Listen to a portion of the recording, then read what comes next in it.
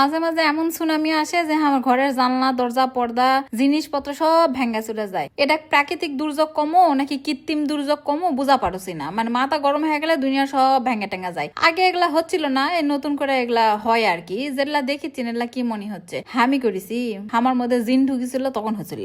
আরো একটা কথা বলে রাখি যে ম্যাক্সিটা আমাকে পরা দেখেছেন, এটা কিন্তু সোল্ড আউট। অনেকে আপুরে কবেন আপু ম্যাক্সি দেন, এলার অন্য অন্য কালার আছে কিন্তু এই কালারটা শেষ। মন খারাপ করার কোনো ব্যাপার নয়, আরো মিনিমাম 15-20টা কালার আছে। যাই হোক, সকাল সকালে আমি একটা কফি খামো। কয়েকদিন আগে আমি একটা ভিডিও দেখেছি সকালবেলা কফি খেলে নাকি ওজন কমে। যেহেতু আমার তিমির মতো একটা শরীর, তাই আমি পোন করেছি যে বানানা কমামো। প্রতিদিনই পোন করি, 5 দিন ডায়েট করি, 5 কেজি কমি, তারপরে এমন খাই যে 10 কেজি বেড়া যায়। যাই হোক, এই উঠান আমার মধ্যে দিয়ে জীবন যাচ্ছে। এদিকে আজকে বানাবো হালুয়া আর পিঠা। তোমরা ওই হালুয়া বানানা দেখতে দেখতে বোধহয় বিরক্ত হচ্ছেন, হয়ে লাভ নাই। আমি বানাতে বানাতে বিরক্ত হয়ে গেছি। কার দুঃখ কার কমো, কারণ টেস্ট এত বেশি যে বানান লাগছে। এই তো ডেইলি ব্লগ যেহেতু ছাড়ছি, জেলা করেছি সেলাই দিচ্ছি। ও বাবা রায়, কফি লা মনে হলো যে বিষ খাচ্ছি। যাই হোক, ইনকা কাজ কেউ না করুক, তাড়াতাড়ি করে কফি টফি খেয়ে দেয়, কাজে লাগা পড়তে হবে। আর পিঠার আটা সিদ্ধ করাটা খুবই সেন্সিটিভ ব্যাপার। আর আলহামদুলিল্লাহ এই জীবনে যতবার আটা সিদ্ধ করেছি, এত সুন্দর করে সিদ্ধ করেছি মনে হয় যেন পুরাই মাখন। তারপরে আটাটা ম্যাশড করে সুন্দর করে পিঠা বানাবো। মাঝে মাঝে ভাবি এত প্রতিভা আমার মধ্যে কোনটি থাকে আলছে রে।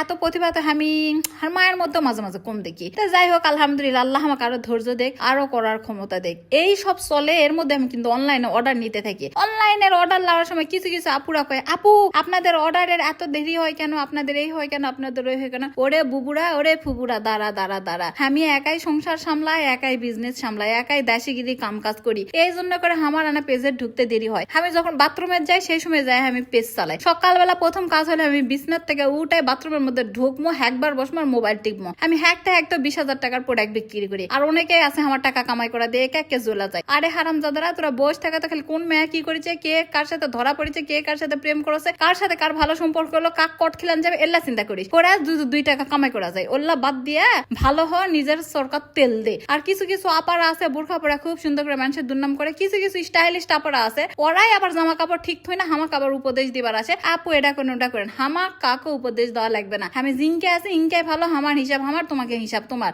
যাই হোক, মেলা কথা মেলাই উপদেশ হয়ে গেল। কর কারণ হলে এটাই, ভালো থাকা দেখে সবারই মনে চাই এত ভালো থাকে, এত কিনে, এত এ করে, টাকা কোনটা পায়, টাকা কোনটা পায়। সারাদিন দেখেন না যে দেশিগিরি করে এলা কাম করি, এলা করে কামাই করি। আর যদি এত সহজ হলে নি সুতা কামাই করা, তাহলে এসির মধ্যে সুতা থাক নইনি আমাকে দেখাও পারলেন নাহিনি তোমরা। মনের মধ্যে ওই জোর আর ওই শক্তি আর ওই অবস্থা আছে দেখে সারাদিন একদম অন স্ক্রিনে ঘুরে বেড়ায়। বুঝা পারছেন? 2 নাম্বারে যারা করে তারা নিচে নিচে করে। তুমি যদি একটা বিজনেস করেন সামনাসামনি কোয়া পারবেন। তুমি যদি 2 নাম্বার বিজনেস করেন এই সেই নেশাদার জিনিসের, তাহলে কি তুমি সামনে বিজনেস করা পারবেন? তুমি একটা আউটলেট লিয়ে বসে থাকবা পারবেন, একটা শোরুম দিবা পারবেন? তো সিংটা হলো অবস্থা। আর একেবারে যদি তোমাকে কাজ না থাকে আমাকে কয়ও, আমার মাঝে মাঝে কিছু জুতা জামা কাপড় জড়ো হয়ে তোমাকে খাঁচার জন্য দিয়ে দেবো। তাও খাসলে আমি 100 টাকা হাতত দিব। 100 টাকা লিয়া যা বসে থাকে তুমি খাও। তো যাই হোক, এই সে করতে করতে আমার কিচেন রুম পরিষ্কার করতে হবে। আমার কিচেন রুমের মধ্যে ঢুকলে মানুষের মনে হয় যে আমি জীবনে কোনোদিন বোধহয় রান্না করে দিই। আসলে বিষয়টা ভুল। আমি প্রতিদিন রান্না করি এবং প্রতিদিন এভাবে হুইল ওয়াশ করি। কারণ আমার কাছে মনে হয় তেল চর্বি যদি একবার লাগা যায় দেখতে বিচ্ছিরি লাগবে। যেহেতু আমাকে ভিডিও টিডিও বানানো লাগে, সবকিছু না ভালো রাখাই দরকার। কিন্তু ছোটবেলা থেকে আমার না সুসিবাই রোগ আছে। আবার অনেকে একটু উপদেশ দেয়, আপু একটা বাসায় কাজের মেয়ে নিলেই তো এগুলো সব মুছে দেয়। হ্যাঁ দেয়, কিন্তু